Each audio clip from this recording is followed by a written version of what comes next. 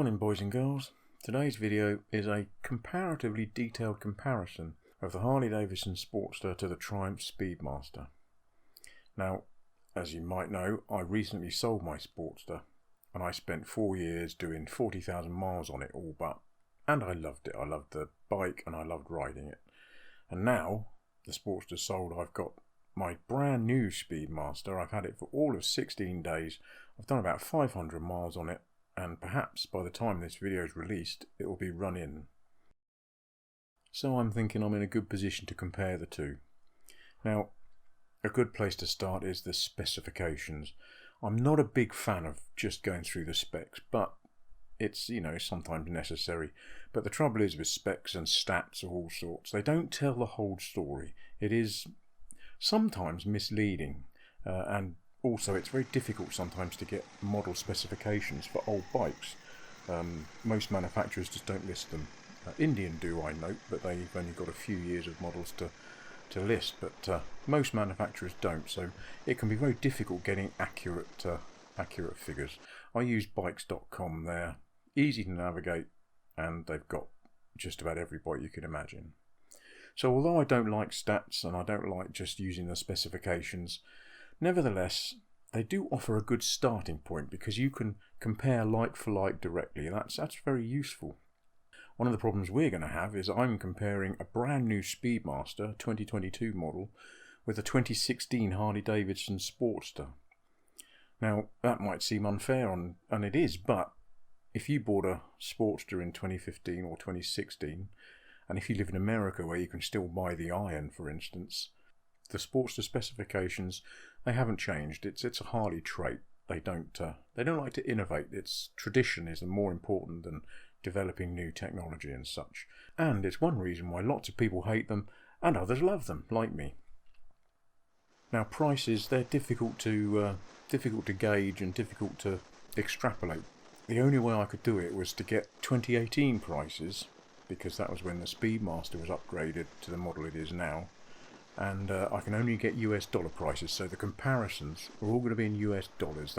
It's just a benchmark. Another reason I don't like stats and specifications is because they can be so misleading. For instance, power and torque on a Speedmaster is much superior to a Sportster.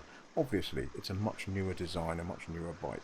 But that is absolutely not the whole story, as we'll look at later. So, stats on their own, all the specifications, there's a story behind them all and they need to be extrapolated.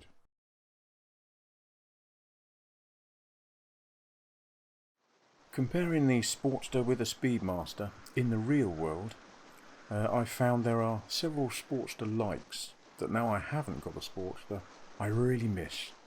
One of those is the keyless ignition and the security system. But it meant when I left my bike, I never worried about it. The security system is so efficient, so effective, it was just completely reassuring, wonderful. And now I haven't got it, I miss it. And keyless ignition, you wouldn't think that makes much difference, but it really does. The key on a Speedmaster is down the side, so you never see it. And coming off a Sportster, I never needed a key, so I keep forgetting. I never had it on a Sportster. I got used to riding without one. Keyless ignition, that's a real blessing. You just put the key fob in your pocket and forget it. Another thing was the self-cancelling indicators. Wonderful. On a Harley-Davidson they work better than any other bike. I don't know why, but Harley's system is superb. It just works. You whack the indicator on, you take your corner, and when you come out the corner, the indicator turns itself off. Works every time. Wonderful. I really missed that, and that Harley system was superb. Talking about superb Harley systems, one of the most wonderful, cheap, easy, innovative things that Harley do that nobody else seems to do, when the bike's on the side stand, the stand locks into a groove and it can't move. The bike cannot roll off the stand because the stand is locked into a socket. I got this video from Ryan Ehrlicher on YouTube, and it shows beautifully how that lovely bit of Harley design, simple but effective. The stand just moves up a little bit, drops into the slot, and it can't move. The bike can't roll forward, it can't roll backwards, it's perfectly safe. It's a simple, easy system, it's not expensive, every bike should have it. I definitely missed that from the Sportster. The other thing I miss is that gorgeous and wonderful lazy engine rhythm, that potato sound that's synonymous with Harley and with me, synonymous with laid-back cruising. I love that sound, the way the engine fired and chugged over. That's just wonderful. I definitely miss that. That is uniquely Harley-Davidson. I suppose obviously I'm going to say I miss that, and I do. I also miss the general Harley sort of ethos, the evolution engine, that heritage, the concept. It's just a wonderful thing to ride that. It was special. It was just unique and perfect. I loved it. But what I have got, of course, is a Triumph Speedmaster, brand new. And you can't go spending 12.5 grand on a bike and not like it. So these are the likes of the Speedmaster. And the first, paradoxically, is no keyless security. Now, I said I liked it and missed it on the Sportster, which is true. But it wasn't always perfect. I can't tell you how many times the battery went flat because the security system, which is always scanning on a Harley-Davidson, you can't turn it off. And it just flattened the battery, particularly in very cold weather in winter. Unbelievably annoying. So I don't miss that. So I like it on the Speedmaster.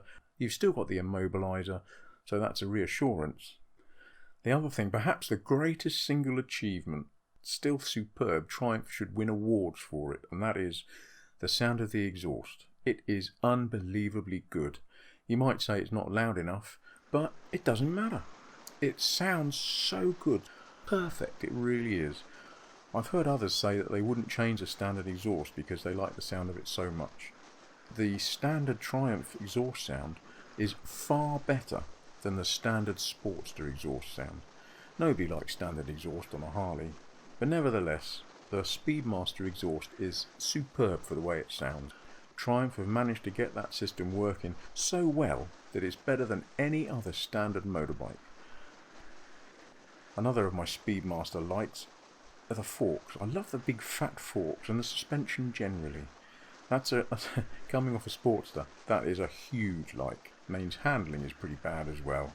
But on the Speedmaster, much more modern design, obviously a monoshock frame. Handling is superb, really is surprising. I've also noticed on the Speedmaster, some of the parts are much cheaper. Harley parts are legendarily expensive obviously, but nevertheless, some of the parts on the Speedmaster are much cheaper. Not all parts are cheaper. Other things I like about the Speedmaster are the detailing. Some of the detailing Triumph have put on it is utterly beautiful. This is the headlight, that little stripe just going along both sides of the headlight. It's a superb detail. It doesn't need to be there. It's just to be beautiful, and it achieves it. It looks classy, wonderful. I love it. I also like the little badge on the instrument bezel. 2021, when the Speedmaster models were updated, they put this little badge on. Before that, it was just plain. Didn't look very nice, very plasticky. But now that little Bonneville badge, that just looks so sweet. It is a beautiful detail, a lovely element that you can't dislike it. It's really, really nice. I do like that. Also, another element that I really, really like is the cruise control. That is so useful. In today's modern world, you've got speed camera zones everywhere. And when you can get there, just flick on the switch. It's only you just press the button and it holds the speed. That's just wonderful. It's simple. It adjusts if you're going uphill or downhill. It's just wonderful. Makes the world a difference. Another thing I like on the Speedmaster are the beach bars. The handlebars that come back and out. They're nice, they're low. I like low handlebars. But I love them. I love the way they look. I love the way they feel. They just look great. And I also like the LED lighting. Speedmaster has LED lighting all round, and it's just excellent. You feel reassured. The running lights are nice and bright. It's excellent. So that's a few generalisations. Now we need to get more down to the nitty gritty, and we're going to go to the spec sheets. But we're going to use these specifications and put them in the real world so that we can get the whole story and understand much better what they mean and why one might not be quite as straightforward as it seems. Now, we talked about the dates earlier. The prices in 2018, the Speedmaster was $13,150 US, and the Sportster was 11 grand all but. So the Sportster wins there easily. It was much cheaper back in 2018. It's not the case now, but we've talked about that. Displacement, well, 1200 makes no difference. One's a parallel twin, one's a V-twin. I'm assuming you know which is which, and you may well have a preference one way or the other, but that's as is. The next we come down to the power figures. Now on the Speedmaster we've got 77 horsepower compared to 67 on the Sportster. You would expect that. The Speedmaster is a much newer bike.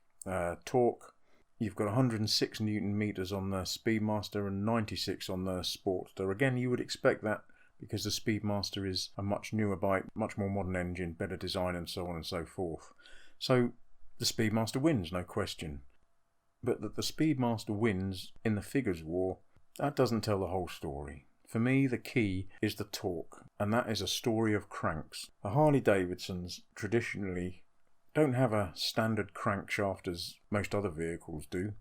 They have two huge great flywheels that they press together, and they put a bearing in the top where the two conrods come out and the pistons sit on the top.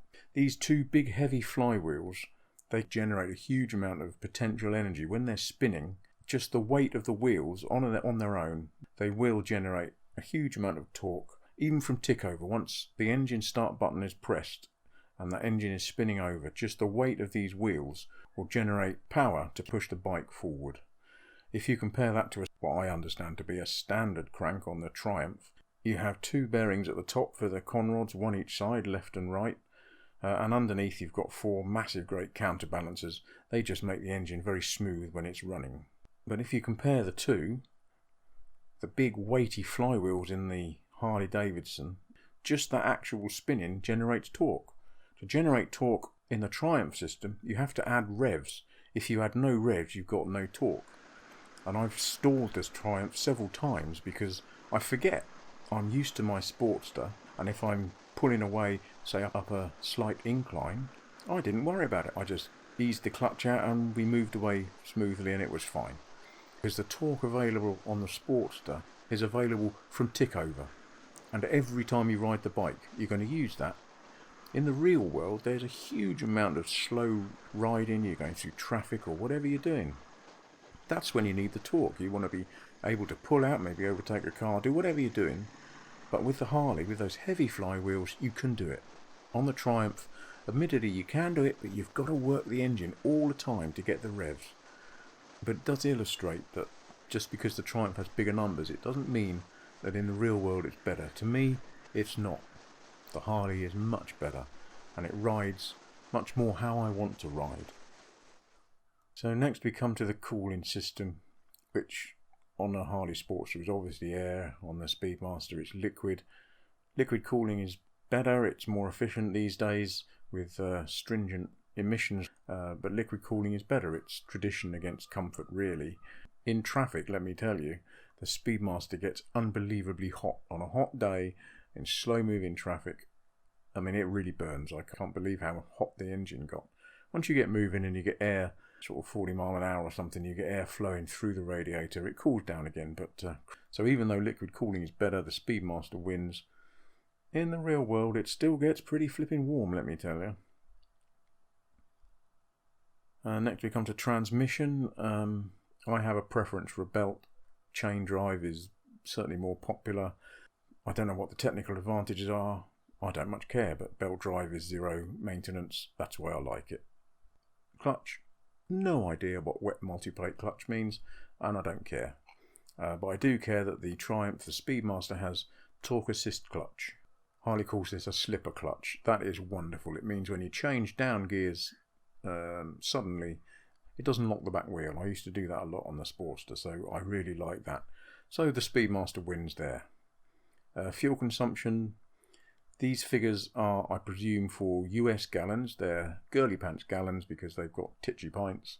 The Sportster there, 48 miles per gallon. I don't know that I ever got near there on my Sportster. On the Speedmaster, 54. Well, so far I'm averaging 60 to 65 miles per gallon on the Speedmaster. Unbelievable. The Speedmaster wins there without any question. Next we get to fork rake. Now the angle of fork rake is simply the angle that the forks stick out the front of the bike.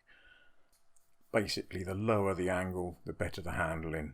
There are 100 other things that influence that. It gets very, very complicated, but I'm not going to go into them.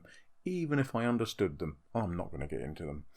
Harley-Davidson, their traditional fork rake is 30 degrees. They've stuck with that for most models for, I don't know, years. The Sportster for decades. It's been a 30-degree fork rake within a few tenths, certainly in the Evo era since the early 1980s. Modern Softails are all 30 degrees with the exception of the S models that are 28 and the Fat Bob. The Speedmaster has a 25 odd degree rate, 25 degrees. That's almost sports bike territory. It means the handling is superb. So the Speedmaster wins on fork rake, obviously. Now we move to the suspension, and at the front you've got big fat forks on the Speedmaster, as I said. I don't know what the difference is between cartridge and telescopic, or whether I do, but I don't know why it's better, but anyway. Rear suspension, monoshock is going to be better than twin shock. It handles better.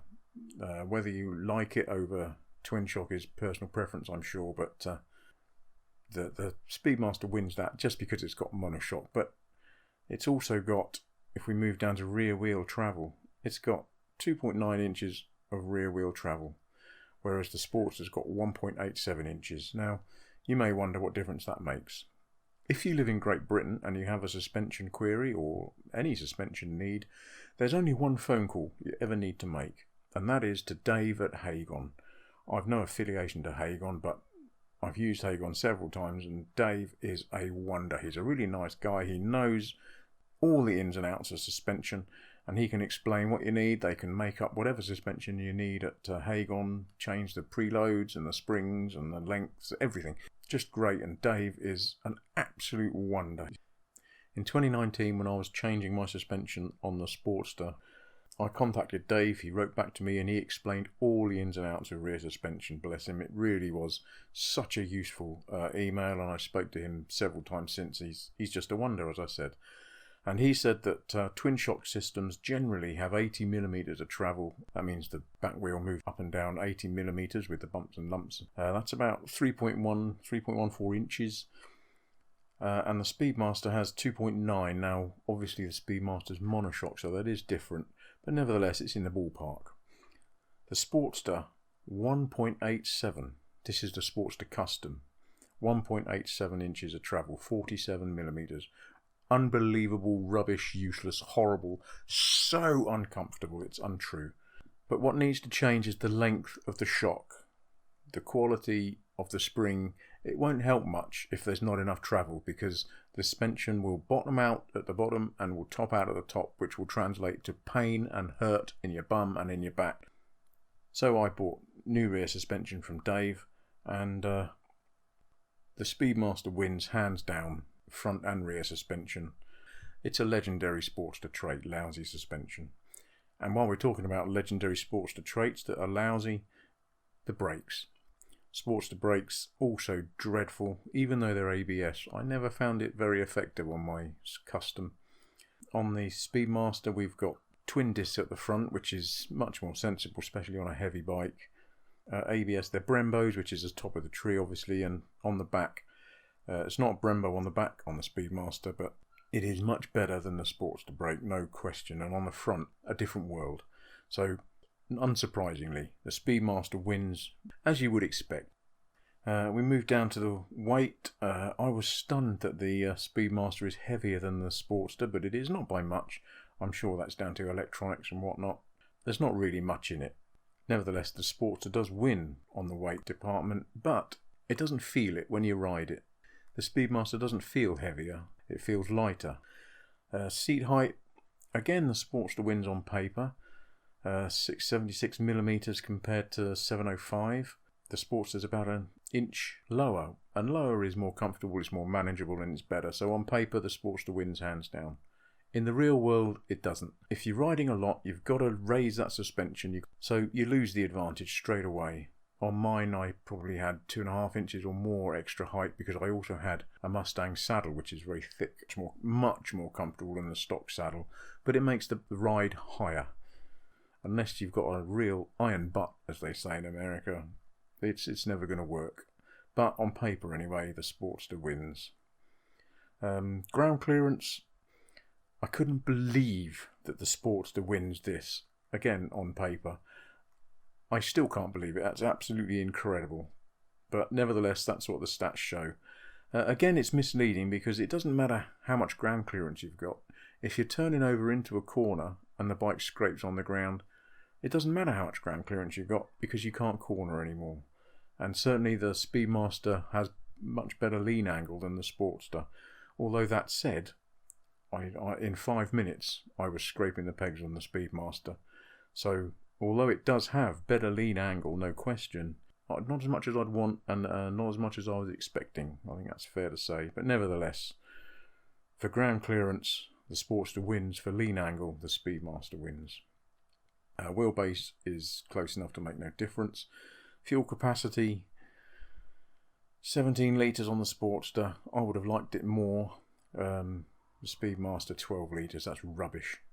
Probably 145 miles before I get reserve on the Speedmaster. On the Sportster I could get 160, which again, it isn't enough, but it's better than the Sportster is better than the Speedmaster, so the Sportster wins there. Electronics, goes without saying that the Speedmaster wins hands down.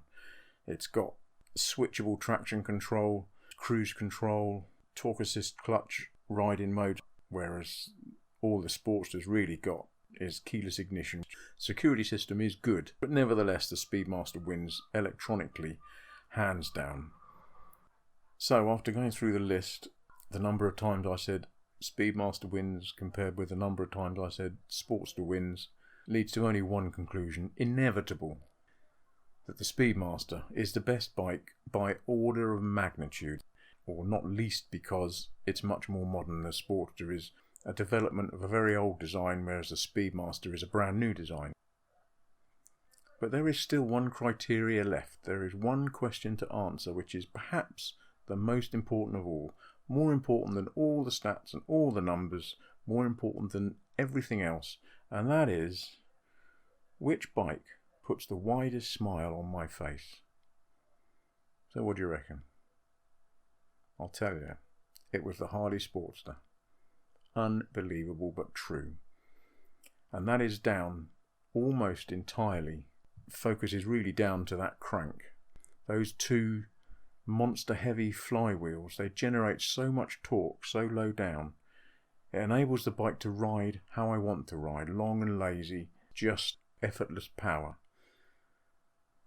When I get to a mountain, I don't want to be changing down gear to keep the revs up so the bike can get up the hill. What I want is a bike with an engine with so much torque it will just chew its way straight through the mountain without thinking about it. The Harley Sportster had that. Harleys generally, actually, they have that. The Speedmaster actually doesn't. That's not to say it doesn't have the torque, because it does. But to get to the torque, you've got to use the rev. It's hard work on the Speedmaster. You're constantly changing gear to keep the revs up. The engine wants to be revved. A Harley-Davidson engine doesn't want or need to be revved. The torque is there. Once the engine has started on tick over, those big heavy flywheels, they generate torque and it's free. It's just part of the engine, the way it works. You can get torque out of the Triumph, but you've got to work it all the time. So the Sportster put a bigger smile on my face because it rides the way I want to ride. And having spent many thousands on it to get it working and feeling as I wanted it to be as comfortable as I needed it to be, it was more comfortable than the Speedmaster. Now, that sounds like a damning indictment, doesn't it? It has to be said that I haven't had the chance to get the Speedmaster as I want it. I'm still running it in. Although by the time this video is released, it will probably be run in. It's still going to be the end of the month before it goes down to the dealer for the first service, when the seat will be changed, the bars, the footrests and the screen will be put on. All of these things, to me, are essential. Right now, I get hurty body and hurty back and hurty knees. But when these things are done, when these upgrades are put in place, I know the Speedmaster will put a much better smile on my face. It will be releasing its full potential. That's what I'm aiming for. That's what I'm aching for, actually. But when the other things are done, than the Speedmaster. That will put the smile on my face as I think it should be. Cheerio.